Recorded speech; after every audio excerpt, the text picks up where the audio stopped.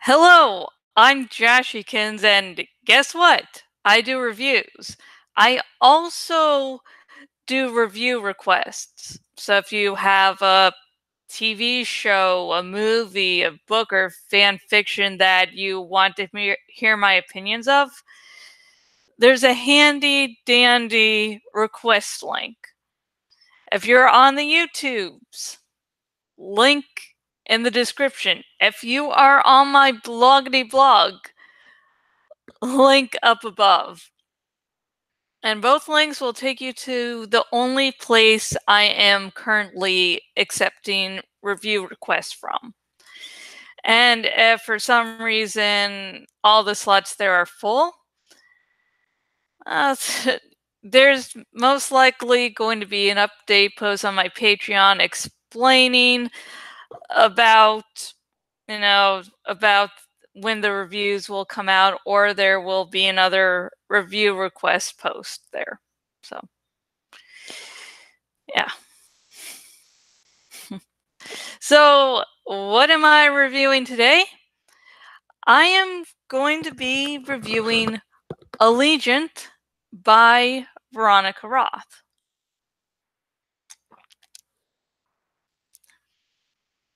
I remember reading Allegiant before and being more than disappointed. The year I bought it was the year I had to buy my own birthday gifts, as my dad couldn't be bothered with buying even a simple birthday card. So, because of that, it made the feeling after finishing it more horrible. But I enjoyed Allegiant more while reading it for this review. Something that really bothered me the first time were only minor annoyances this time. And beyond this point, there will be spoilers. And if you don't care about spoilers, just continue watching. If you don't want any spoilers for this, you can actually buy your own copy of Allegiant to read. If you are on the YouTubes, link in the description. If you're watching on my blog, link down below. And so, just read the book and then come back and, give me more views. Okay.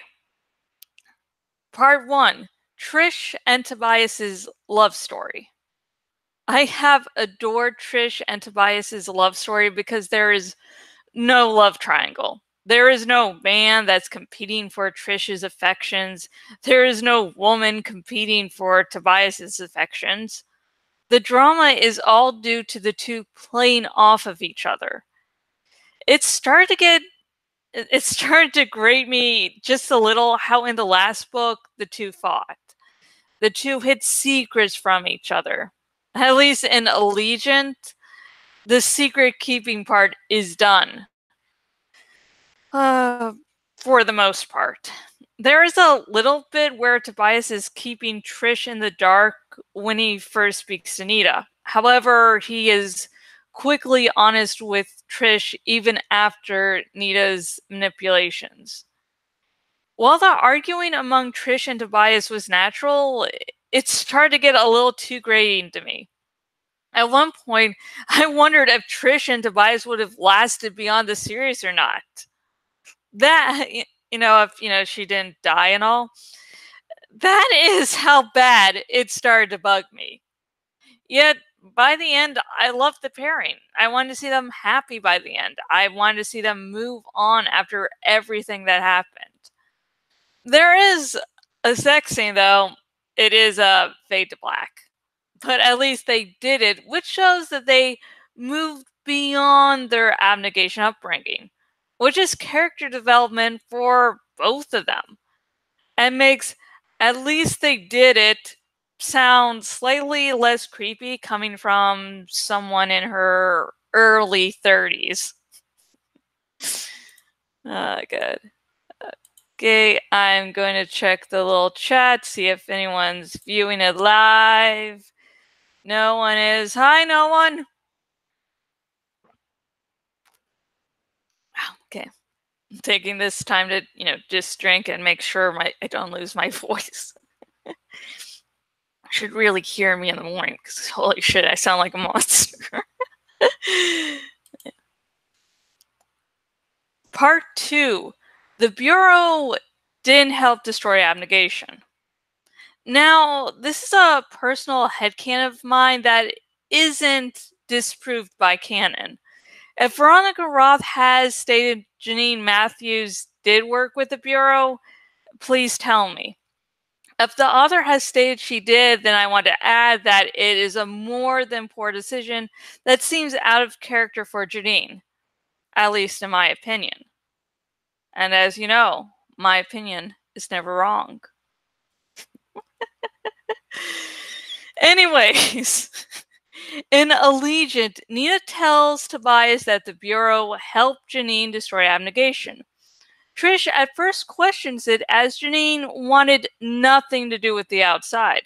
However, she realizes that the Bureau knows the highest number of divergent is in the faction list, so that the loss of abnegation isn't great.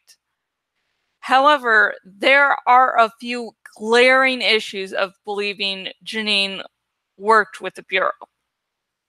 The first is that Nita isn't a reliable source. She was waiting to convince Tobias, not waiting, she was, I can't read my own script.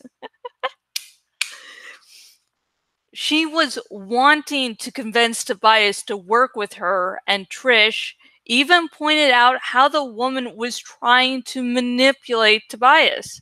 Nina even hid critical information from Tobias to further her own ends. So why are we just believing she was telling the truth about where the simulation serum came from?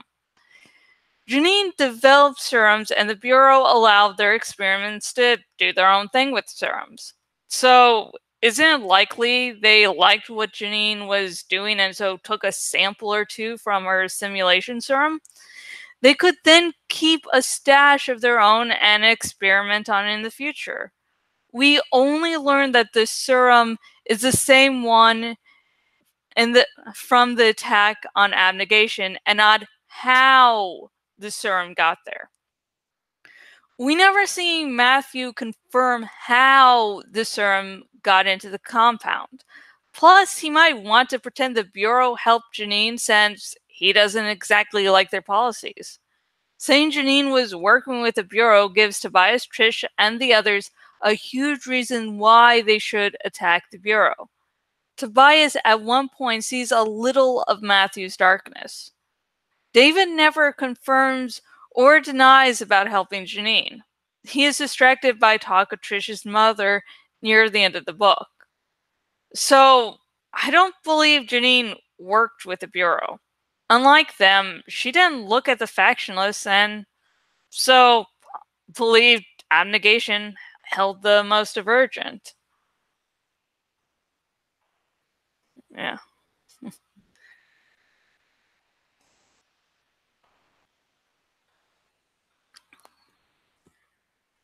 And I'm checking on the group chat with no one there, so hi, no one!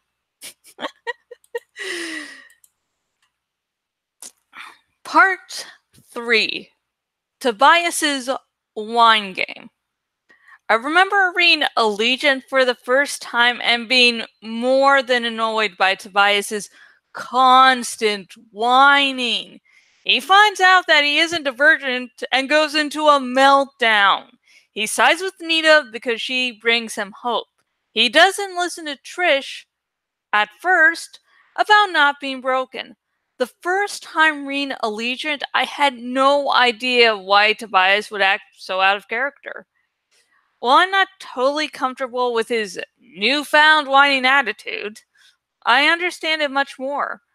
During the first read-through, I thought of him as this super strong guy and forgot how vulnerable he really is.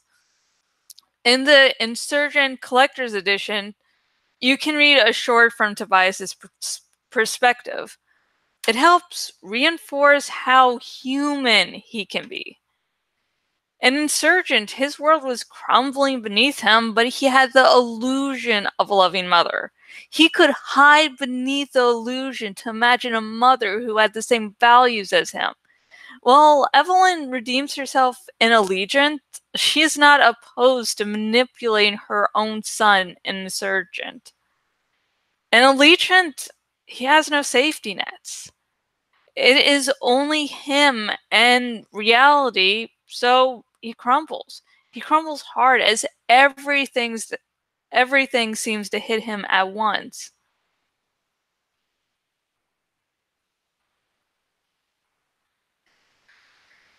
Okay, no one's live here and no one's commenting, so I know, folks, I'm doing this a little earlier than normal, so maybe that's throwing everyone off. Oh gosh. Okay, Legion. Okay, this upcoming section is the one that sounds simple in my head, but then when I had to write it down, I was like, oh gosh, I don't know what the fuck I'm doing. Anyways, part 4. GDs and GPs don't make sense, and that's the point. Genetically pure GP and genetically damaged GD doesn't make a lot of sense. The proof given by the Bureau is that there were no wars before the Purity War. The cause of the Purity War was genetic manipulation that went awry. Due to the unstable nature of GD people, the war increased to a greater scale than ever before. While the book only mentions North America, I like to imagine similar things happening throughout the world. Genetic manipulation couldn't only be happening in North America, but had to also be being done throughout the world. The prejudices, which I'll mention soon, would also not be restricted to one continent. With governments blocking access to certain information or erasing it entirely, there's a good chance that with all the destruction, there isn't easy communication with the other governments. Or maybe there is, and it just wasn't mentioned in the Divergent series. Anyways, we all know that wars happen already. There are devastating things that happen without genetic manipulation. So, what really happened during the Purity Wars? I will list what I think happened, as nothing is known for certain about them. There was intense genetic manipulation being done, most likely due to some fad of the time. Now people always have prejudices because that's how society is. The prejudices then grew to such an extent a great war was fought over them. During this time, the terms GD and GP were formed. GP people were made to feel superior, while GD people were made to feel broken. While the extent of damage to North America is shown in the series, it's safe to assume that other countries slash continents were also affected. A fad and prejudices don't just stop because of borders, after all. After the war, the terms GP and GD were kept. GD became the scapegoat so that people could feel good about themselves. If people really were interested in looking about what the terms meant, they would see that the government only looked at one section to determine GP and GD. It seems that the part of the human genome that's looked at is the part for serum resistance. To showcase how stupid the terms GP and GD actually are, the Bureau claims that GP are superior because of their genes. Yet if a GP person spends too much time with a GD person, then they become affected. This makes no sense. As if it's about genetic superiority, then outside influences couldn't have such a great effect. So why don't the terms GD and GP make sense? It's because they're symptoms of hatred, and hatred doesn't make sense.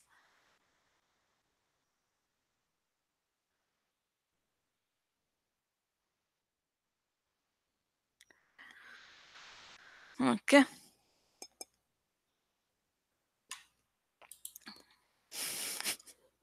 Sometimes, I just think I think about these things way too much. Anyways, part 5. Animorphs, my first series and fandom I'm still active in to this day, had a bittersweet ending. Unlike the ending to the Divergent series, though, there wasn't a big emphasis on hope. Some said Allegiant had a super sad ending, but it holds nothing to the ending of Animorphs. That's not to say Allegiant's ending is happy, though. I was tearing up and wish life had allowed me to read the ending in one go. The ending was like a knife slowly being twisted inside of me. Trisha's death and the resolution to the rebellion in the city were big points. But even through all the pain and heartache, it's brought up again and again that our heroes can move on, that they are moving on.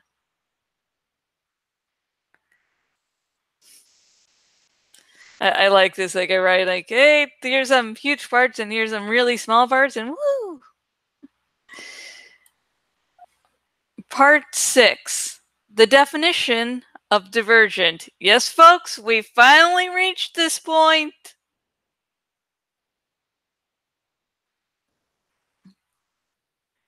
Throughout this series, the true definition of divergent has been at the center. We know it's important, but not exactly what it is. In Allegiant, we finally figure out what's been going on all this time. And the answer is I remember first reading Allegiant and spending some time trying to comprehend what the answer meant. I had always felt that Divergent wouldn't be something super special, as the only quote unquote superpower Divergents were shown to have was resistance to serums. So, what are Divergents? They are people of the Bureau's experiments that have quote unquote repaired genes. That is all. And as we've discussed, clean genes don't really mean anything.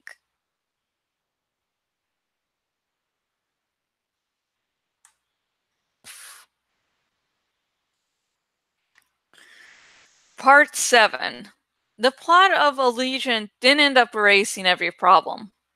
Upon rereading this book, I wasn't sure if things would resolve themselves too cleanly. I was worried that the plan to erase the memories of those in the Bureau would mean the whole GD versus GP went away, as if prejudices didn't extend beyond the realms of fact. That wasn't the case. While the Bureau's opinions have now changed, the rest of the world's haven't. There's mention of rebel groups, a la the one Nita was in, and I assume Marcus might join, which shows the conflict is still great enough. There's also mention that Chicago, the city that the first two Divergent books take place in, and Allegiant does to a lesser extent. Is the fact is the first okay, hang on. I just can't read my own script today. There's also mention that Chicago, the city that the first two Divergent books take place in, and Allegiant does to lesser extent, is the first city that's run by people that don't believe in the whole GDGP bullshit. So while there is great change by the end of Allegiant, everything isn't resolved.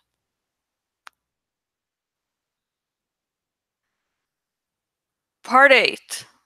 Evelyn versus Marcus. An insurgent, Evelyn is the cruel manipulator while Marcus is trying to fulfill the mission of abnegation.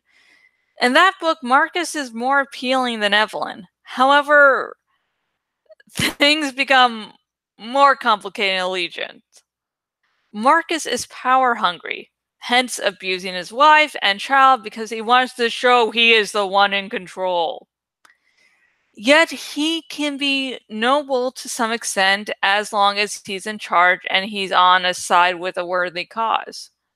It wouldn't surprise me if post-Allegiant Marcus is in a rebel group like Nita was.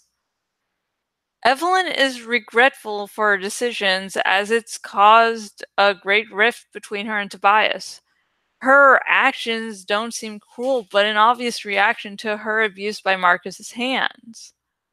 She just wants to have the upper hand for once in her life. Having more power than her abuser is something she wants dearly. It doesn't make them right, but you can see where she's coming from. She is also the one that's more than willing to stop the rebellion for a chance at peace. Marcus wants to continue the rebellion, most likely as a way to put Evelyn in what he sees as her place. Yeah. Okay, let me check. And nope, people still haven't showed up. Ah, shite.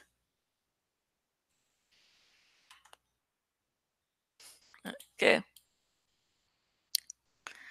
Part 9. Homophobia in the Bureau. With the Bureau being obsessed with repairing genes via reproduction, it shouldn't be any surprise they would deter same-sex pairings.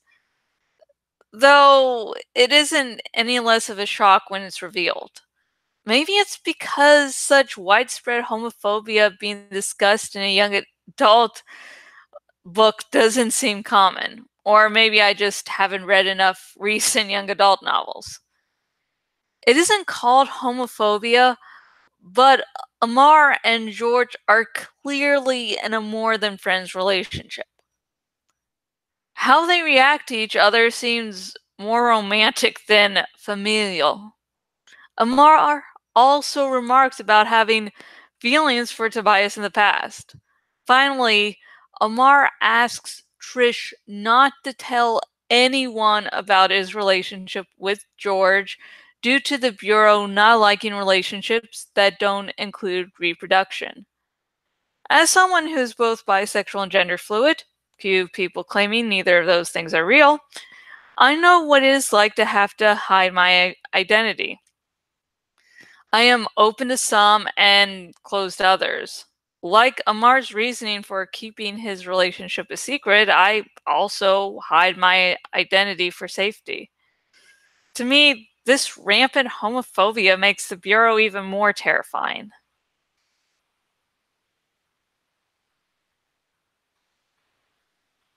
And we're going to finish this on a really happy note. This is the last part, and if you haven't guessed what I'm going to be talking about next, just think about what I haven't discussed so far in this review. You're, free to pause, cry your heart out, and, I'll understand.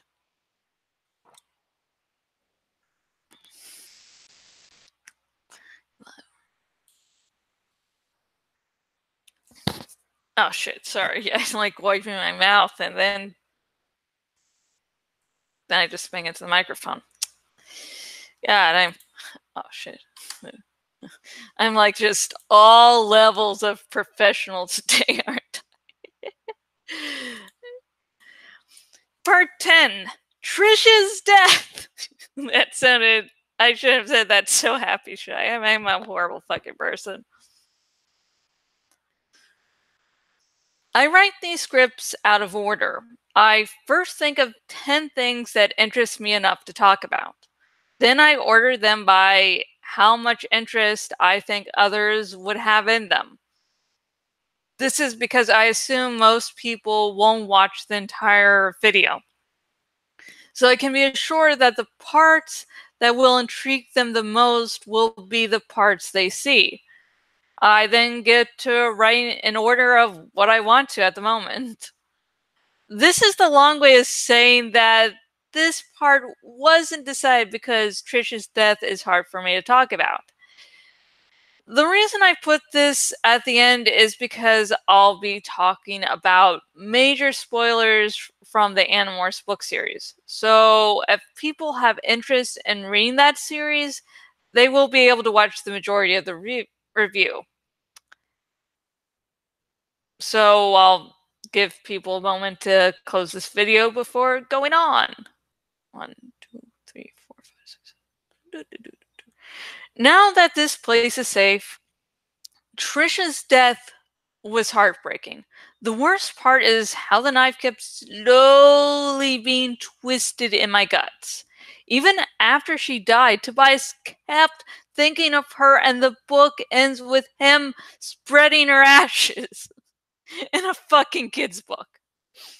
What makes that part all the more heartbreaking is he faces one of his fears to do so, because he's doing it for her and not himself.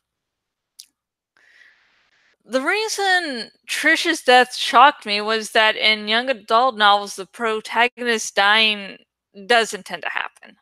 If not for the break of genre, her death would have been clearly indicated.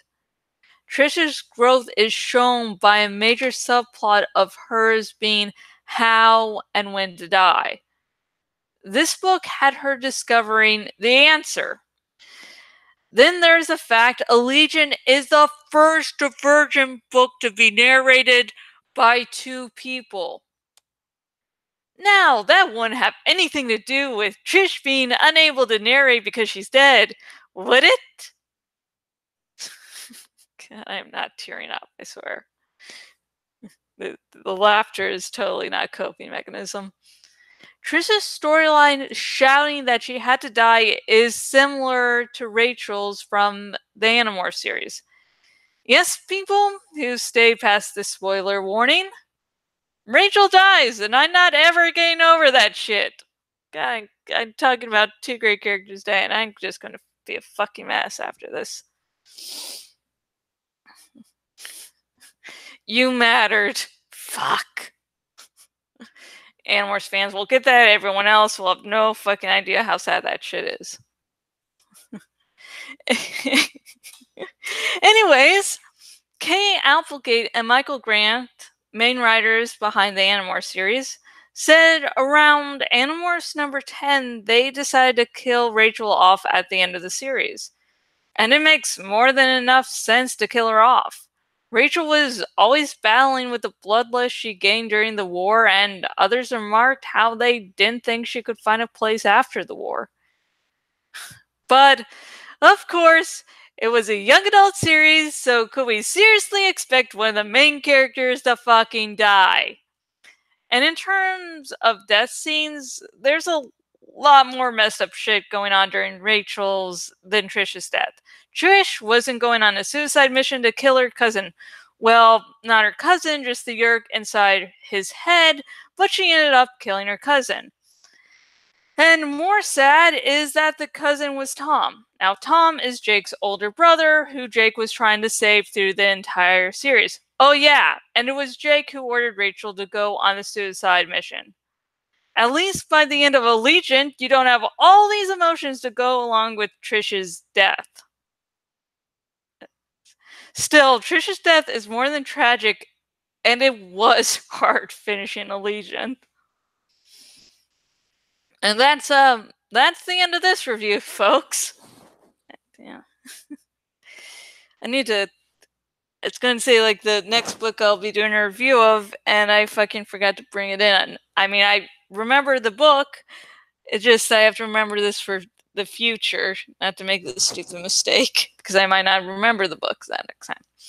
But anyways, if you would like to talk about Allegiant with me, please comment down below. Please, and remember, if you do have a book you want me to review, if you are on, if you're on the YouTubes, link in the description. If you're on my bloggity blog, link up above. And if you watched this review, and now all of a sudden you want to read Allegiant, If you are watching on the YouTube's link in the description. If you are watching this on my blog, link down below. And if you're on the YouTubes, please like this video and subscribe to my channel for future reviews and dramatic readings. And if you're on my blog and on the desktop version of my blog, please choose the followed by email option so you will never miss one of my lovely blog posts. And so, what is the next book I will be reviewing? I am going to be reviewing the novelization of Star Wars Episode 3 by Matthew Stover.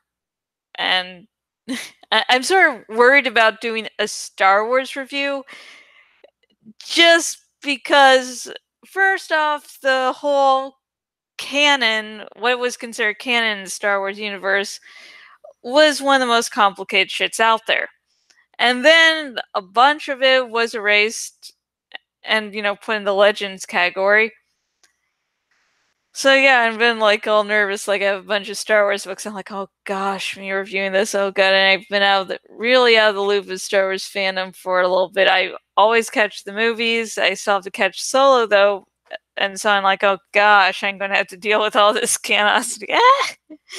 But anyways, yeah, next review will be of the novelization of Star Wars Episode 3 by Matthew Stover. But the next video will be more of my dramatic reading of Animorphs number 5, The Predator by Kay Applegate, and that will be coming out Friday. So again, next video will be more of my dramatic reading of Animorphs number 5, The Predator by Kay Applegate, and it will be coming out Friday. And just a big round of applause for anyone who's stuck to the end of this shit. And goodbye.